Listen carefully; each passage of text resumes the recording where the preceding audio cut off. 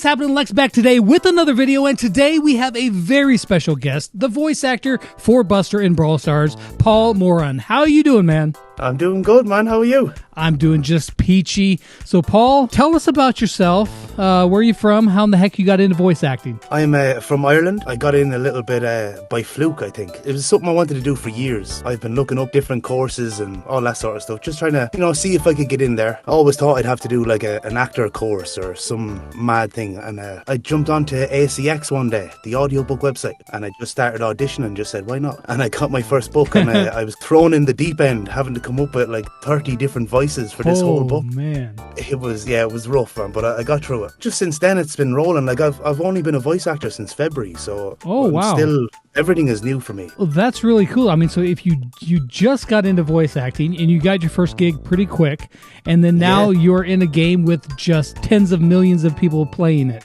Yeah, it's crazy, man. That's pretty wild, man. That's a trip. Well, congratulations to begin with. Your first gig was in an audiobook. What was the audiobook? The First Bloodline, Book 1, Blood of Cain. Very cool sci-fi book. They gave you the whole book, and you literally had to come up with every single character voice in the book?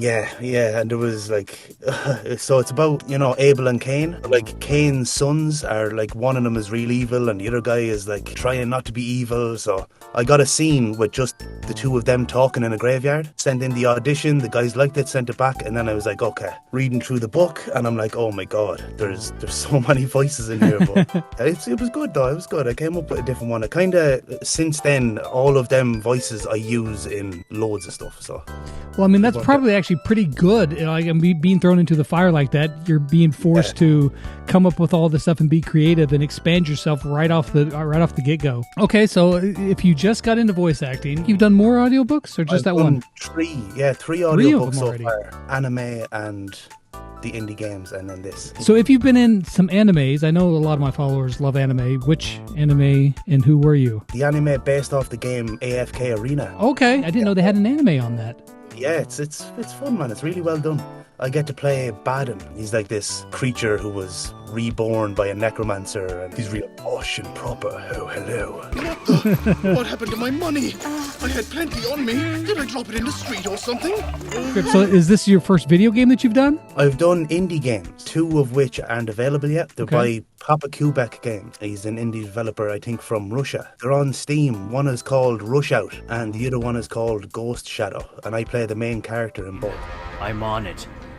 But listen here, McWay. What kind of main character are we talking about? Like, well, one of them kind of seems like a space soldier dude who's kind of tossed into the middle of some stuff, and he's a bit rough. And the other guy, it's a kind of fun, it kind of looks like cartoony and stuff, a physics game. There's all clues and tricks. And sounds cool. I'm gonna have to go check one of those out. So as growing up, did you ever like voices, a lot of stuff that you played around with? Or I've always been doing voices and imitating people, been a bit of a character, you know what I mean? Yeah. I got into college to do game development. I got to do a little bit, just our little class project. I got to do like small little voiceover stuff, and I thought, hey, this is really fun. So if you just started in February, are you doing this full time yet? Not yet. Not yet, yeah. So you still got the day job. Do you send out just tons of auditions all the time, just hoping to get one back, or how the world does that work?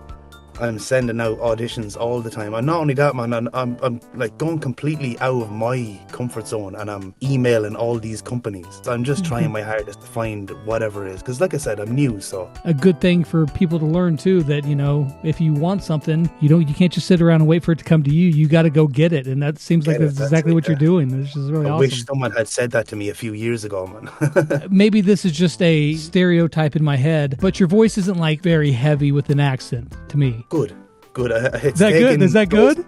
Those 3 audiobooks, man, to try and level my voice so that it's, understandable.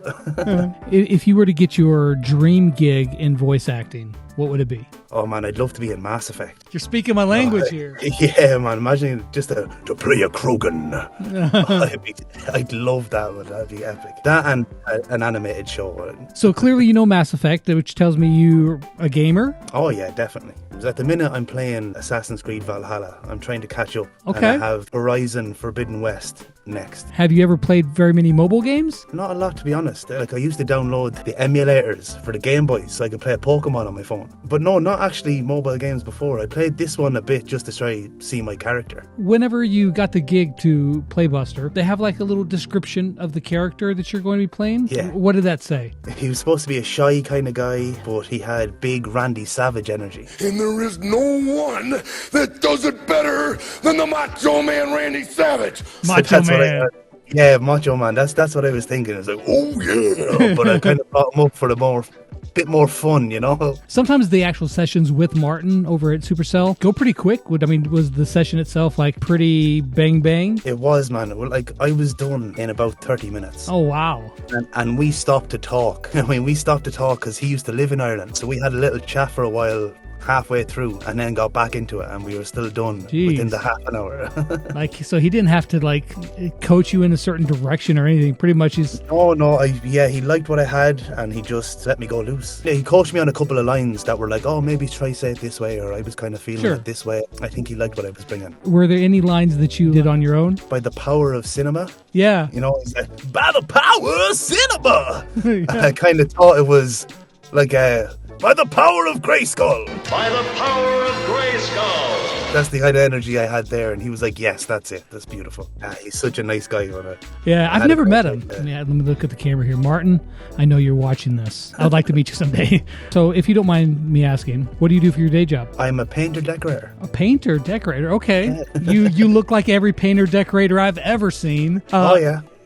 I did see on your Twitter you used to have a full beard. Yeah. Growing back out?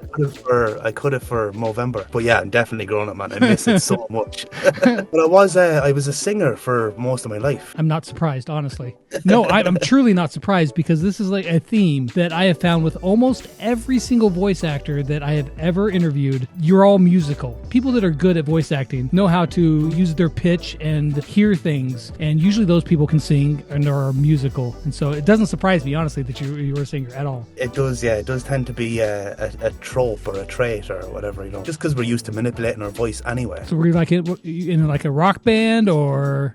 Yeah, it was a rock band. Inhale, we were called. I was only actually listening today for the first time in years, and they were pretty good, man. You're gonna have to send me some, like, you got some tracks. I'll send you, right.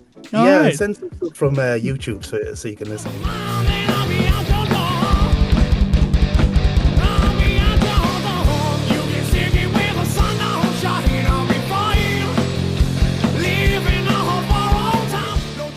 Digging it, man. You never had the long hair? Oh, I have, yeah. It's in a bun. Oh, is it? Okay, so he does have the long hair to go with it, man. You've got it all down then. Paul, if you don't mind, I know the fans would love to hear you do some Buster voice lines if you wouldn't mind doing some. Oh, yeah, definitely. Time to start the show! Let's go to the danger zone! I ain't got time for pain. Oh, man, this is the worst. Yeah! Bro, you nailed them. So where can people find you online? I contact you over on Twitter, and that's definitely going to be in the description down below. You guys go follow Paul. But what else? Any other places that people can keep up with the happenings on you? I'm just Twitter and LinkedIn, my two main things, and they're both the same. It's just Paul Moran VO. Toma's going to have his work cut out for him. Toma's my editor, by the way. What's the crack, man? Do what?